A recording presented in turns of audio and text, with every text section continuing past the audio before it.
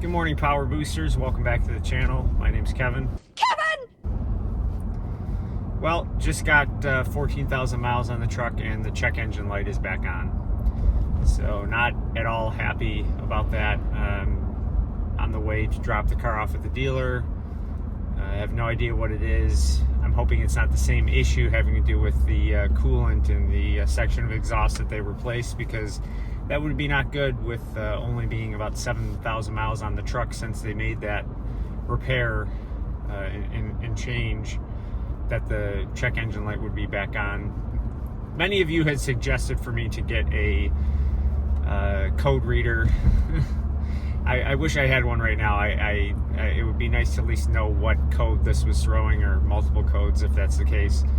But instead I'm having to take it to the dealership. Obviously it's still under warranty, so I'm not going to be paying for the diagnostic service to read the code, which, if you ask me, is just, it's a ridiculous price they charge you at the dealer. I think the dealer that I take it to charges like $229 just to read the code, which you plug it into a machine. I suppose that's on us to realize that, you know, the fact that we can just buy one of the code readers and do it ourselves, but then maybe ultimately not be able to fix it ourselves is the is the outcome. But at least knowing what it is, if it's something simple where you don't have to rush to get it to the dealer. Certainly the check engine light is not blinking, so it shouldn't be something that's, you know, unsafe to drive to the dealer or around town a little bit. But I don't like the fact that this is the second check engine light I've had on a brand new truck that I've had less than a year that has just 14,000 miles on it. I've never had a vehicle have a check engine light on ever within the warranty period, let alone twice. So not a good look forward. I'll once I know more, I'll let you guys know more. But I was hoping not to have to make another video where I'm talking about problems with the truck, because I genuinely love this vehicle. It's one of my favorite vehicles I've ever owned.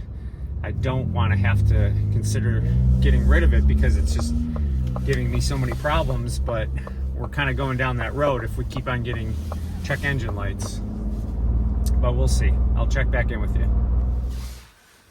Okay, so I just got a phone call from the dealer, and I think that these service advisors are master deflectors.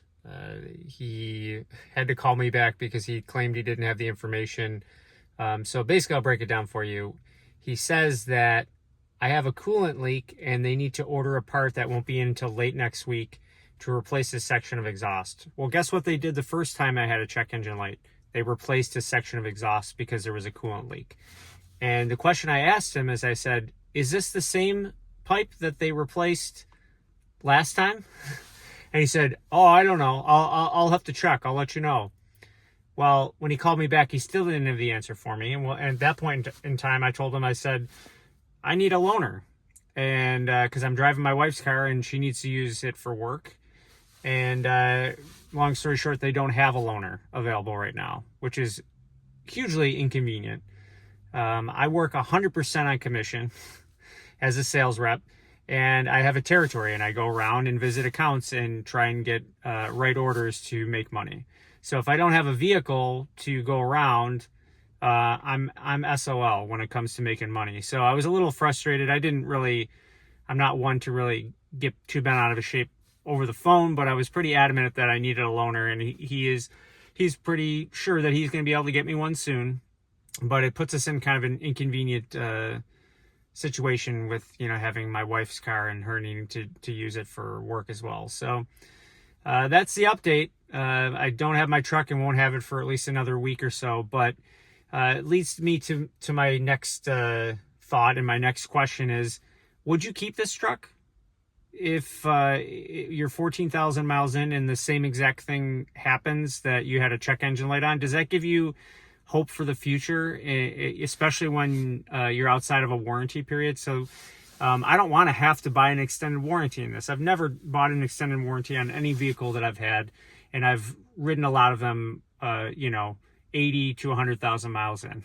So I understand things can happen, but for it being 14,000 miles and the same exact warranty issue to happen is disheartening. One good bit of news is that there's a couple of active recalls on the truck that they're able to fix based on the fact that they said they have parts for the windshield wiper motor that was needing replacing because it could potentially fail.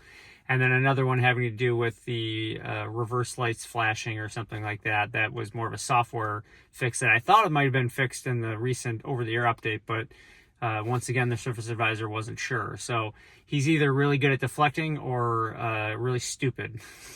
But either way, I'm very upset, very pissed off, and don't really know what to do. It's a $60,000 truck, and it's spent 2 weeks of the less than year that I've had it at a dealer being looked at, waiting on a part. It's not a good look forward. Clearly, there's a quality control issue, and you're just churning out cars, and you don't really care whether people get in situations like this. You just care about your bottom line, and that's not the way you should do business.